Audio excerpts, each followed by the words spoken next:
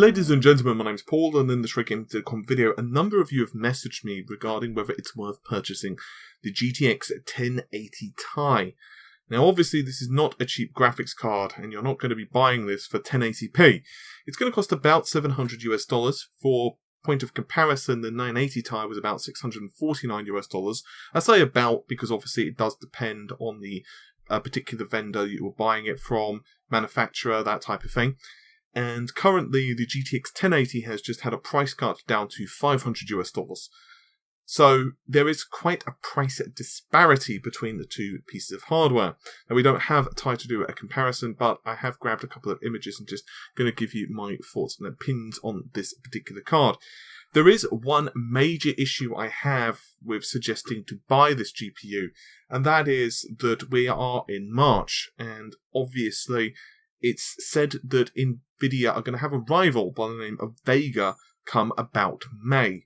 Now, obviously there could be a delay from AMD's side, or it could be that the GPU is a disappointment, or the third option is that Vega could just destroy Nvidia, or it could be about the same, or it could just be, slightly slower, but a lot cheaper. We just don't know. And that is really the biggest issue I have with recommending to buy a graphics card right now. It's a really big question mark. The same could actually be said somewhat for Ryzen, because obviously we've got the bugs at the moment with the task scheduler, we've got BIOS issues and a few other bits and bobs, so gaming performance is quite difficult to make a judgment either way, and one of the reasons we've not really been pushing the gaming reviews out when it comes to Ryzen. However, with that said, if you are a productivity user, power user, it's very easy to make a decision and say Ryzen is the way to go. But enough about that, let's focus instead upon the here and now, which of course is the Ti. Now I won't go through all of the benchmarks from all the different websites because quite frankly I'll be here for way too long. I will, however, provide a couple of links in the video description. Perhaps the biggest story is that this card is just over half the price of the Titan X, but actually is a little faster. For a start, it offers a little bit more memory bandwidth and also a little more FP32 performance. That's right, floating point performance is a little higher with this card at about 11.3 T-flops, which admittedly T-flops are not always the best judge, but this is primarily due to a higher core clock and a higher memory clock. Overall, this card is an absolute beast. And quite frankly, if you do have the money for it, you're going to be very happy. I'm not going to bother to talk about 1440p or 1080p performance in this particular video, simply because A, it's like you're probably going to be buying this for a 4K display, and B, well, also time. Suffice to say, however, that if you compare, let's say, Crysis 3 from AnandTech results for the Ti to the 1080, you're looking at about 49 frames per second versus 36 frames per second. I'm just going to round it up, which is very impressive for Crysis 3. It's almost 60 FPS playable, which is absolutely bonkers. Like, how long ago did we think that this would be unachievable anytime soon? And yeah, Rise of the Tomb Raider, same thing from AnandTech, 66 frames a second on 4K, versus 50 frames a second on the regular plain old 1080, which isn't a bad card by any stretch of the imagination. And finally, we'll look at GTA on, once again, AnandTech, 51 frames a second versus 37 on the 1080. That is quite a difference indeed. And if we were to look at BitTech, they have Doom, Founders Edition of the Ti. They are running ultra settings on the Vulkan, and it's getting 65 frames a second on average versus 52. Not a huge disparity, but still, there is a massive difference if you start wanting to have your games run with, no tearing, that type of thing.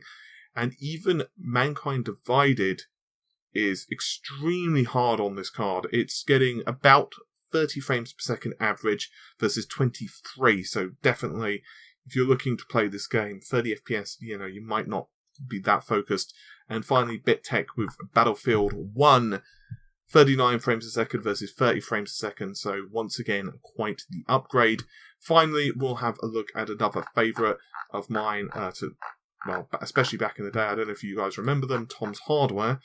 And we're going to have a very quick look at a couple of older titles. We're going to look at Metro the last light, where it's getting 70 frames a second on the GTX 1080 Ti, which is ever so slightly higher than the Titan. It stomps the 1080, it stomps the 1070, and it ruffle stomps the previous generation. And Rise of the Tomb Raider, once again at 4K, it absolutely stomps the older generation as well. And this just seems to be the way forward. I mean, even Witcher 3, which is obviously one of the most demanding games actually on PC, especially at the highest graphical settings, it's still managing to achieve essentially 60 frames per second or above, with minimum at 57. So you are going to see the odd dip versus 50 frames a second with the 1080. Now, the reason I'm bringing this video to your attention, I don't normally like to bring these videos up unless I've got the hardware to review, but so many of you have messaged me asking, should I buy the Ti or should I wait for Vega? Or should you just buy a 1070? You know, so many of you are getting into PC gaming right now because obviously PC gaming is on the rise, and it's so hard for me to answer this question. My advice to you is, like, it depends on whether you've got the spare cash and whether you care if, let's say, Vega is 10 or 20% faster. My personal advice when you're buying a piece of hardware is assume the competitor is going to release a card that's 20% faster when their hardware drops. The reason I suggest that is because it's a good rule of thumb that the competitor is going to outperform by 10 to 20%. It doesn't always happen, but if you make that assumption when the hardware does release, you're not going to be disappointed if your card is like 20% or even 30% slower. With that said, it's a lot of money to spend on a graphics card, even more because one person wrote to me asking, should they buy two? Now, obviously, if you've got the money to spend on this, and arguably, if you're thinking of buying a Titan, then yeah, you know, it makes absolutely no sense to go with the Titan X at this point. You might as well go for two of these because essentially you're getting almost double the performance in graphics, assuming you have the SLI profile for it.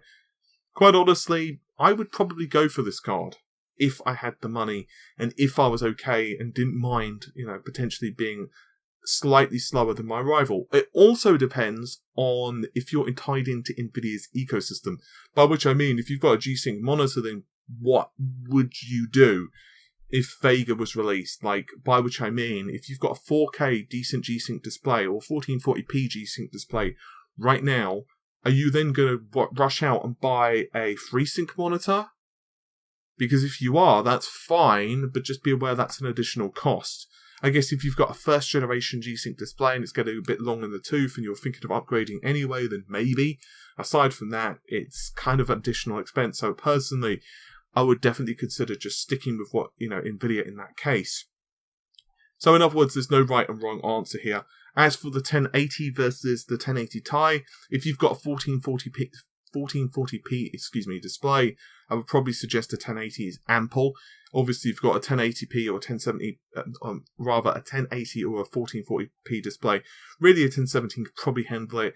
1080 if you want absolutely everything running at the highest settings, maybe even some downsampling, especially if you've got a higher refresh rate screen. But if you've got 4K and you've got the money, then the Ti is definitely the way to go. I know this is a quicker video than normally we produce, but as I said, I just want to answer some viewer questions.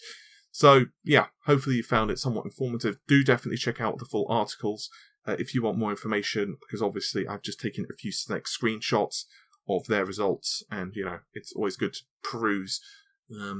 Yeah, that's pretty much it. So hopefully you've enjoyed the video. I'll see you soon. Take care. Bye for now.